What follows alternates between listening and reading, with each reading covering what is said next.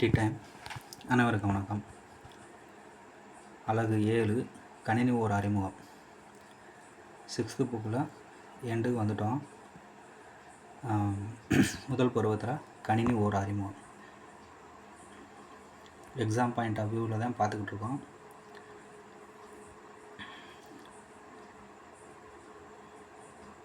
இதில் exam point of வியூவில் சொல்கிறோம்னா பின்னாடி புக் பே கொஸ்டினாக இருக்கிறது தான் வரும். மற்றபடி இதில் ஃபுல்லாக கதைகளாக நீங்கள் படித்து தெரிஞ்சுக்கிறது தான் உண்டு. 19ஆம் நூற்றாண்டின் தொடக்கத்தில் கணித பேராசிரியர் சார்லஸ் பாபேஜ் என்பவர் பகுப்பாய்வு பிரிவுன்னு சொல்கிறாங்க, அனலாக் கம்ப்யூட்டர் அதை வடிவமைக்கிறார். அவர் தான் கணினியின் தந்தை என அழைக்கப்படுகிறார். அவர் ஏற்படுத்தின அந்த அடிப்படையில் தான் இன்றைக்கி நம்ம கம்ப்யூட்டர் பயன்படுத்திக்கிட்டு இருக்கோம்.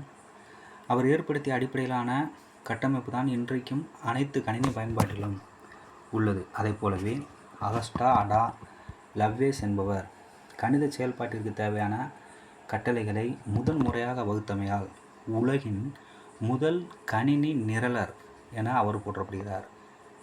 அகஸ்டா அடா லவ்லேஸ் அப்படின்றவர் உலகின் முதல் கணினி நிரலர், அதாவது புரோகிராமர் அப்படின்னு அழைக்கப்படுகிறார்.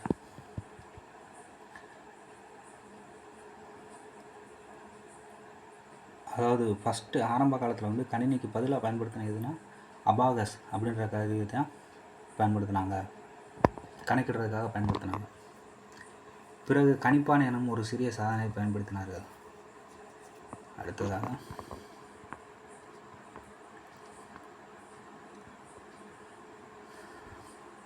முதலாம் தலைமுறை கணினியில் வெற்றிட குழாய்கள் பயன்படுத்தப்பட்டன. இரண்டாம் தலைமுறை கணினியில் மின்மய பெருக்கிகள் பயன்படுத்தப்பட்டன.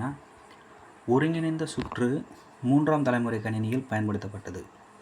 நுண் செயலி என்பது நான்காம் தலைமுறை கணினியில் பயன்படுத்தப்பட்டது. தற்போது நாம் பயன்படுத்தும் 5ஆம் தலைமுறை கணினியில் செயற்கை நுண்ணறிவு பயன்படுத்தப்படுகிறது.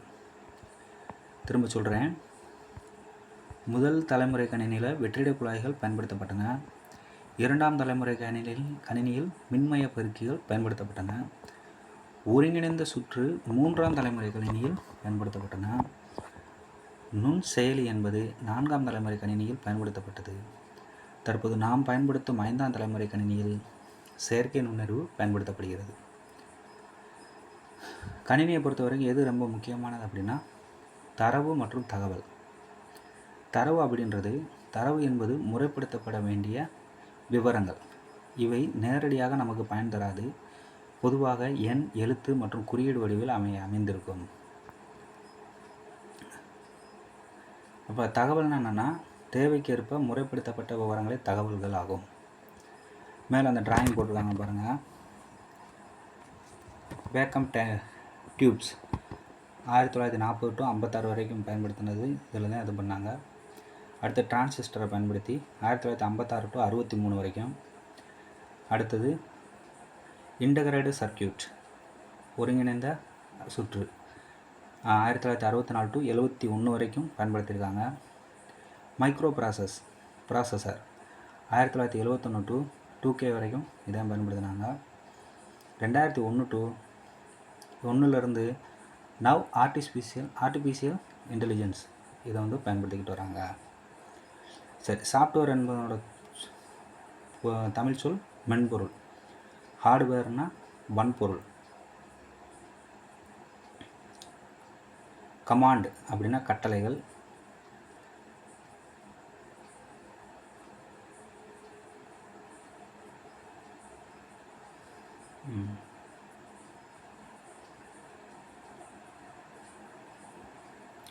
சரி, கீழே கொடுக்கப்பட்டுள்ளோம். அதாவது இயக்க மென்பொருள் என்றால் என்ன? கணினியை இயக்குவதற்கு உதவும் மென்பொருள் இயக்க மென்பொருள் எனப்படும். உங்கள் அனைவருக்கும் விண்டோஸ், லினுக்ஸ் பற்றி என்று தெரியும் நினைக்கிறேன். இதுக்கு பேர் தான் சாஃப்ட்வேர்னு சொல்லுவாங்க, இயக்க மென்பொருள். Windows, Linux. ENIAC electronic numerical integrator and computer. Electronic numerical integrator and computer என்பது முதலாவது கணினியாகும். இது 1946ஆம் ஆண்டு அறிமுகப்படுத்தப்பட்டது. இதுவே பொது பயன்பாட்டிற்கான முதலாவது கணினியாகும்.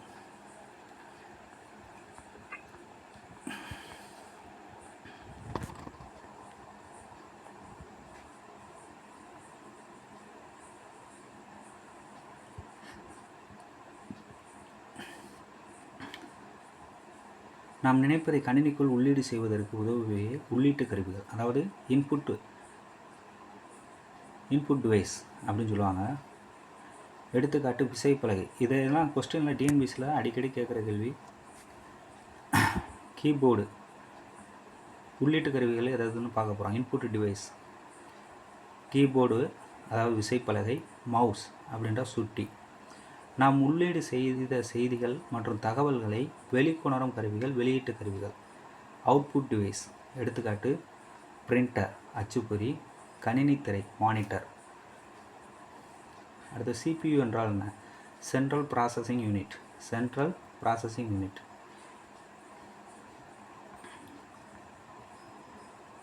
ஓகே, அவ்வளோதான். இதில் புக் பே கொஸ்டின் மட்டும் பார்த்துக்கோங்க. தேங்க்யூ. அடுத்த இது கலைச்சொற்கள் ரொம்ப முக்கியமானது, இதை பார்த்துருவோம். அபாகஸ். அபாகஸ் அப்படின்னா மணிச்சட்டம். கம்ப்யூட்டர்னா கணினி. ஆர்கிடெக்சர் அப்படின்னா கட்டமைப்பு வடிவமைப்பு. கலைச்சொற்கள் பார்த்துக்கிட்டு இருக்கோம். கமாண்ட் கட்டளை. கால்குலேட்டர் கணிப்பான் கணக்கிடும் கருவி. செல்ஃபோன் மொபைல் கைபேசி அலைபேசி. டேப்லெட் கைக்கணினி தொடுதிரை கைக்கணினி வரைப்பட்டிகை. டேட்டா தரவு முறைப்படுத்தப்பட வேண்டிய விவரங்கள். தரவு அப்படின்னா என்னென்னா முறைப்படுத்தப்பட வேண்டிய விவரங்கள்னு பார்த்தோம். அடுத்தது இன்ஃபர்மேஷன் அப்படின்னா தகவல்னா என்னன்னு பார்த்தோம், முறைப்படுத்தப்பட்ட விவரங்கள்னு பார்த்தோம். எலக்ட்ரானிக் மெஷின் மின்னணு இயந்திரம், மின்சாரத்தால் இயங்கக்கூடிய இயந்திரம். அனலாக் கம்ப்யூட்டர் குறியீட்டு எண்களை பயன்படுத்தி கணக்கிடும் கருவி அனலாக் கம்ப்யூட்டர். ஸ்மார்ட் ஃபோன் அப்படின்னா திறன்பேசி. போஸ்ட் ஆஃபீஸ் தபால் நிலையம். Automated teller machine. இது டிஎன்பிசியில் கேட்ட கேள்வி. Automated teller machine. ஏடிஎம் தானியங்கி பண இயந்திரம். கீபோர்டு விசைப்பலகை. சாஃப்ட்வேர் மென்பொருள். ஹார்ட்வேர் வன்பொருள். பிரிண்டர் அச்சுப்பொறி. மவுஸ் சுட்டி. ப்ரோக்ராம் நிரல். ப்ரோக்ராமர் நிரலர். இந்த ரெண்டுக்கு வித்தியாசம் தெரியணும். ப்ரோக்ராம்னா நிரல், ப்ரோக்ராமர்னா நிரலர். கலைச்சொற்கள். அளவு நாடா மெஷரிங் டேப். நிறுத்து கடிகாரம் ஸ்டாப் கிளாக். அளவு சாடி மெஷரிங் ஜார். அலகு யூனிட். இடமாறு தோற்றப்பிழை பாராலெக்ஸ் எரர். நிறை மாஸ். எடை வெயிட். உயிருள்ள காரணி அனிமேட் ஃபேக்டர். உயிரற்ற காரணி இன்அனிமேட் ஃபேக்டர். தொடு விசைகள் காண்டாக்ட் ஃபோர்ஸ். தொடா விசைகள் நான் காண்டாக்ட் ஃபோர்ஸஸ். நேர்கோட்டு இயக்கம் லினியர் மோஷன். வளைவு பாதை இயக்கம் கர்விலினியர் மோஷன். வட்டப்பாதை இயக்கம் சர்க்குலர் மோஷன். சுழற்சி இயக்கம் ரொட்டாட்டரி மோஷன். அலைவு இயக்கம் ஆசிலேட்டரி மோஷன். ஒழுங்கற்ற இயக்கம் ஜிக்ஸாக் மோஷன், அதாவது இர்ரெகுலர் ஒழுங்கற்றதை சொல்கிறாங்க. சராசரி வேகம் ஆவரேஜ் ஸ்பீடு.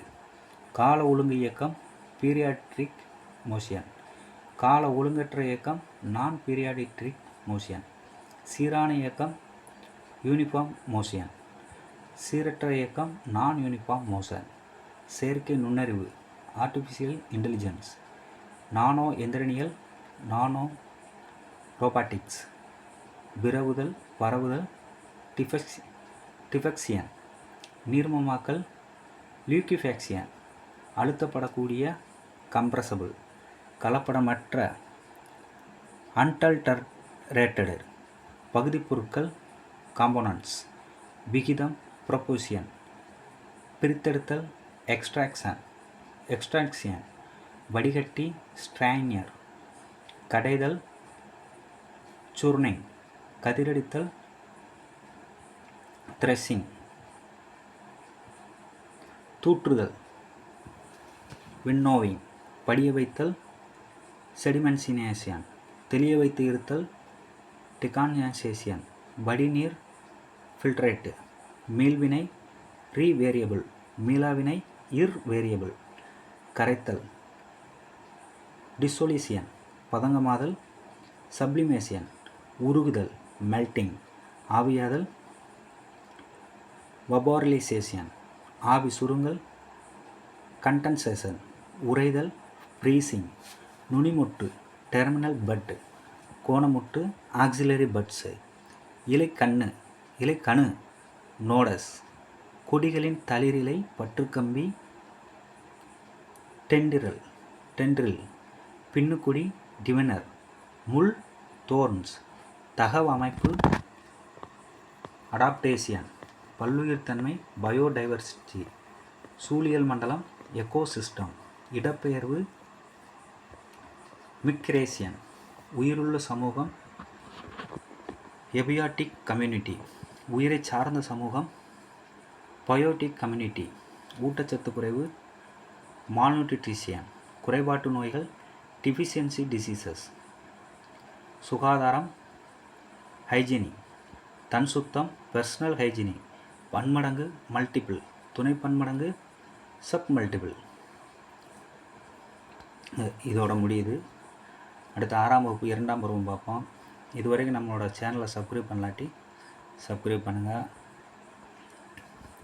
இந்த புக் பேக் கொஸ்டினை ஃபுல்லாக ஆன்சர் டிக் பண்ணி ஸ்க்ரீன்ஷாட் போடுங்க. அதை ஒரு நாள் ஃபுல்லாக புக் பேக் கொஸ்டின் ஃபுல்லாக ஒரு செட்டு பார்த்துருவோம். தேங்க்யூ.